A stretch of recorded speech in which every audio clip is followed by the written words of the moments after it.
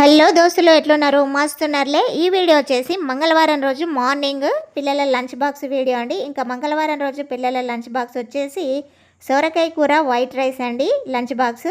ఇంకా బ్రేక్ఫాస్ట్ వడలు చేస్తున్నానండి. వడ కోసం నైటే మినపప్పు అయితే నానబెట్టాను. నెక్స్ట్ డే మినపప్పు బాగా క్లీన్ చేసుకున్న తర్వాత ఒక మిక్సీ జార్ తీసుకొని అందులో వేసుకొని పచ్చిమిర్చి వేసుకోవాలి. ఒక 7-8 పచ్చిమిర్చి, కొంచెం సాల్ట్, అదేవిధంగా అల్లం ముక్కలు కూడా వేసుకోవాలి. మూత పెట్టి మిక్స్ అయితే పట్టుకోవాలి. మరీ మెత్తగా కాకుండా కొంచెం బరకగా అయితే పట్టుకోవాలి. ఇలా పట్టుకున్న పిండిని ఒక గిన్నెలోకి అయితే తీసి పెట్టుకోవాలి. మిగతా పప్పు కూడా సేమ్ ప్రాసెస్ అదేవిధంగా రుబ్బి పెట్టుకోవాలండి. చూసారు కదా, ఈ విధంగా ప్రిపేర్ చేసుకోవాలి. ఇలా పట్టుకున్న పిండిలో సన్నగా తరిగి పెట్టుకున్న ఉల్లిపాయలు, కొద్దిగా కొత్తిమీర, కొంచెం కరివేపాకు వేసుకొని ఇదంతా బాగా కలుపుకోవాలి. పిండికి బాగా పట్టేలాగా అయితే కలుపుకోవాలండి. ఇలా కలుపుకొని పక్కకు పెట్టేసేయాలి. ఇప్పుడు ఈ వడలోకి నేను పల్లి చట్నీ కూడా మిక్సీ పట్టుకున్నానండి. మిక్సీ పట్టుకొని ఇది ఒక గిన్నెలోకి అయితే తీసి పెట్టేసుకున్నాను. ఇప్పుడు కర్రీ కోసమని సోరకాయ అయితే కట్ చేస్తున్నానండి. పైన పీల్ తీసేసి చిన్న చిన్న ముక్కలుగా అయితే కట్ చేసుకోవాలి సోరకాయ ముక్కలన్నీ. ఈ విధంగా కట్ చేసుకున్న తర్వాత స్టవ్ మీద బాండి పెట్టుకొని ఆయిల్ వేసుకొని కొద్దిగా జీలకర్ర, ఆవాలు వేసుకొని ఇవి చిటపటలాడుతున్నప్పుడు ముందుగా కట్ చేసి పెట్టుకున్న ఉల్లిపాయ ముక్కలు, 2-3 పచ్చిమిర్చి, కొంచెం కరివేపాకు వేసుకొని ఫ్రై చేసుకోవాలి మెత్తగా. ఇలా ఫ్రై అయిపోయిన తర్వాత 1 టేబుల్ స్పూన్ అల్లం వెల్లుల్లి పేస్ట్ వేసుకొని పచ్చి స్మెల్ పోయేదాకా ఫ్రై చేసుకోవాలి. ఇలా ఫ్రై అయిన తర్వాత కొద్దిగా పసుపు కూడా వేసుకొని కలుపుకోవాలండి. ఇవి బాగా మెత్తగా అవ్వాలి ఉల్లిపాయలు. ఇలా మెత్తగా అయిన తర్వాత ముందుగానే కట్ చేసి పెట్టుకున్న సోరకాయ పీసెస్ వేసుకొని బాగా కలుపుకోవాలి. ఇలా కలిపిన తర్వాత మూత పెట్టేసి ఉడికించుకోవాలండి ఒక 2 నిమిషాలు.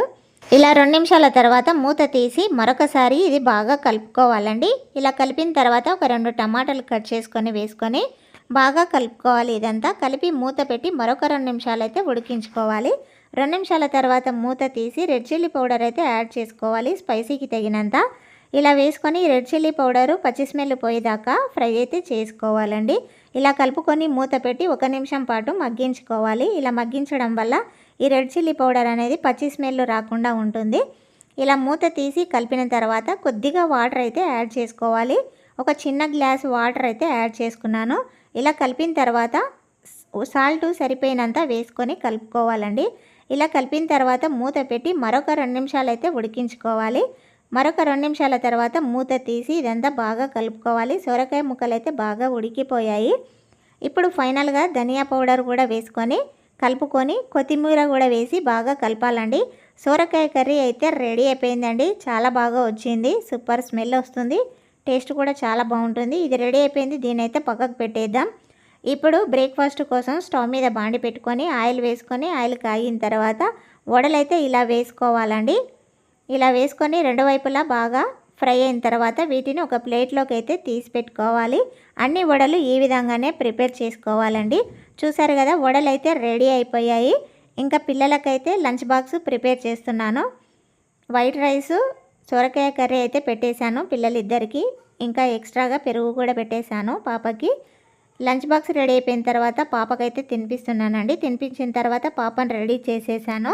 పిల్లలైతే ఇంకా స్కూల్కి వెళ్ళిపోతున్నారండి. ఇదండి ఇవాళ పిల్లల లంచ్ బాక్స్ వీడియో. వీడియో నచ్చితే ఒక లైక్ కొట్టి షేర్ చేసి సబ్స్క్రైబ్ చేసుకోండి. నెక్స్ట్ వీడియోలో మళ్ళీ కలుద్దాం. Thank you for watching. Bye bye.